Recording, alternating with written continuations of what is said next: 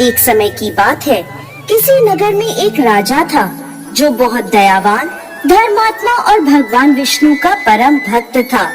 वह हर वर्ष गंगा जी में वैशाख स्नान करता था। एक समय जब वैशाख मास आया, तब राजा ने निश्चय किया कि मैं इस नगर का राजा हूँ।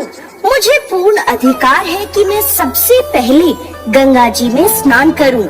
उसने सारे नगर में ढिंढोरा पिटवा दिया कि गंगा जी में सबसे पहले वह स्नान करेगा और बाद में सब। यदि कोई पुरुष उससे पहले स्नान करेगा तो वह उसे अपना आधा राज्य दे देगा, और यदि कोई महिला उससे पहले स्नान करेगी तो वह उससे विवाह कर लेगा। ऐसा कहकर राजा ने गंगा जी के घाट पर पहरा कड़ा करवा दिया।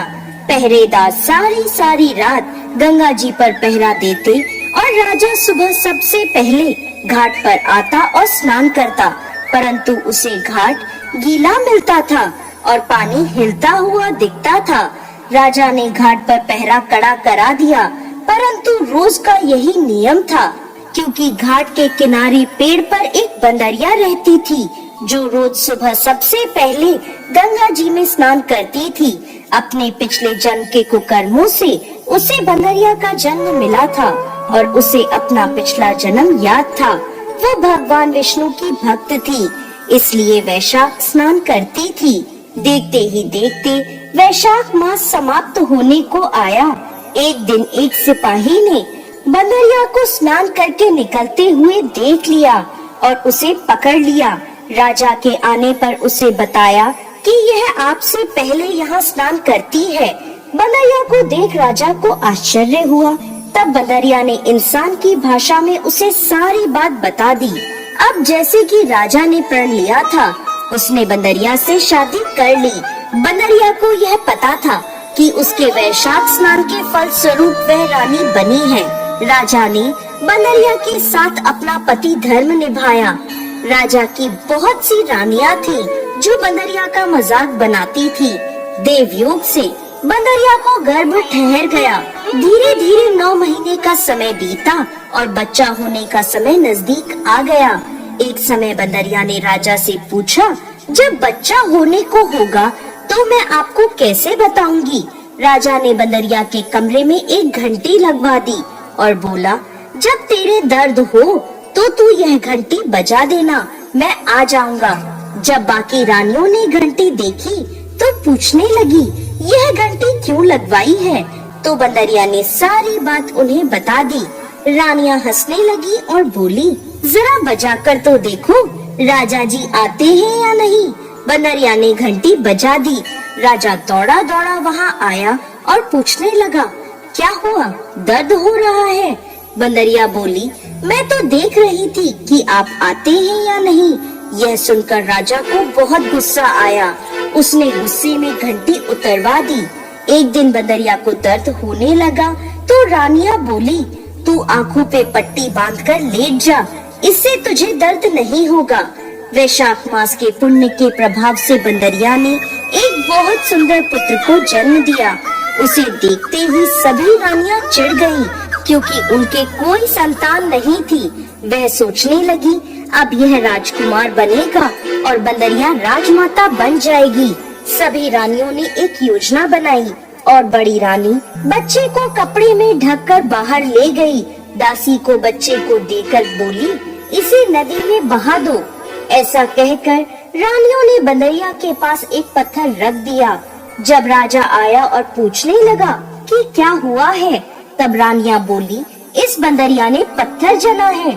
पत्थर देखकर राजा ने सोचा, जब बाकी रानियों को ही बच्चा नहीं हुआ तो इस बंदरिया को कैसे होगा। उधर जब वह दासी बच्चे को नदी में बहाने लगी तो उससे ऐसा नहीं किया गया। दासी ने देखा कि नदी के किनारे एक कुम्हार मिट्टी के बर्तन बना रहा है।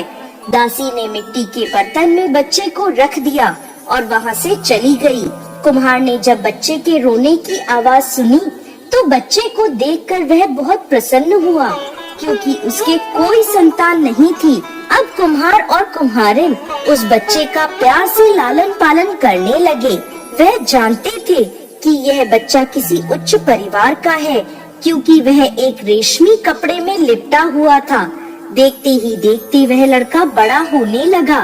एक दिन वह कुएं के पास खेल रहा था। संयोगवश वही दासी कुएं के पास आई और अपनी सहेली से बात करने लगी।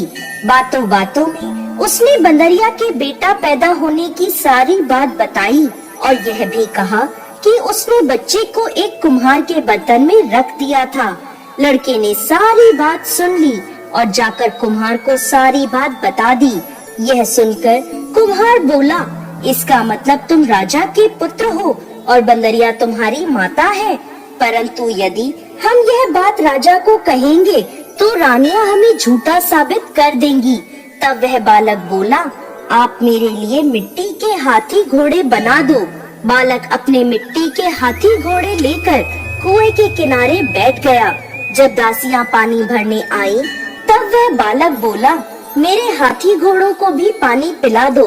दासियां बोली, मूर्ख, मिट्टी के हाथी घोड़े भी कभी पानी पीते हैं? तो वह लड़का बोला, यदि राजा यह मान सकता है कि बंदरिया के बच्चे की जगह पत्थर पैदा हुआ है तो मिट्टी के हाथी घोड़े भी पानी पी सकते हैं। दासियों ने यह बात जाकर राजा को बता दी। यह सुनकर राजा को बहुत आश्चर्य हुआ। उसने बंदरिया से पूछा तो वह बोली, मुझे कुछ नहीं पता, मेरी आंखों पर पट्टी बंधी थी। राजा ने रानियों से पूछा तो रानियां बोली, हमने पत्थर पैदा होते देखा है। राजा को रानियों की बात पर विश्वास हो गया। राजा ने कुम्हार को और उसके बेटे को देश निकाला दे दिया। अब वह जंगल में अपनी झोपड़ी बनाकर रहने लगे। एक दिन योजना बनाकर वह लड़का मिट्टी के घड़े में पानी भरकर और पेड़ के नीचे आंच जलाकर पीपल के पेड़ पर चढ़कर बैठ गया। कुछ ही देर में जंगल में नगर की कुछ लड़कियां आईं और लकड़ी काटने लगी। थकान से उन्हें प्यास लगने लगी। उन्होंने पेड़ पर बैठे उस लड़के को देखा तो उससे पानी मांगने लगी। तो वह बोला, पानी के बदले तुम्हें मेरा एक काम करना होगा। मेरा गमछा पकड़कर तुम्हें मेरे पीछे पीछे चलना होगा। प्यास से व्याकुल होकर लड़कियों ने हाँ कर दी और गमछा पकड़कर उसके पीछे पीछे चल दी। लड़के ने पीपल की और अग्नि के चक्कर लगाना शुरू कर दिया और फिर उन्हें पानी पिला दिया। पानी पीकर सभी लड़कियां अपने अपने घर चली गईं। घर जाकर उन्होंने सारी बात अपने माता पिता को बताई। सभी लोग इकट्ठे होकर राजमहल में पहुँचे। वहाँ राजपुरोहित जी को सारी बात बताई गई। तो वह पूछने लगे, पीपल के साथ क्या वहाँ अग्नि भी थी? तो लड़कियाँ बोली, हाँ, वहाँ अग्नि भी थी। राजपुरोहित जी बोले, इन सभी लड़कियों का विवाह उस एक लड़के से हो गया है।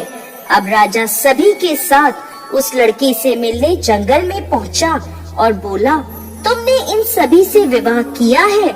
लड़का बोला, हाँ, मैंने इन सभी से विवाह किया है। राजा बोला, अब तुम्हें इन सभी को अपने साथ रखना होगा। लड़का बोला, मैं तो जंगल में यहाँ वहाँ घूमता हूँ, मेरे पास तो घर भी नहीं है, इन्हें कहाँ रखूंगा?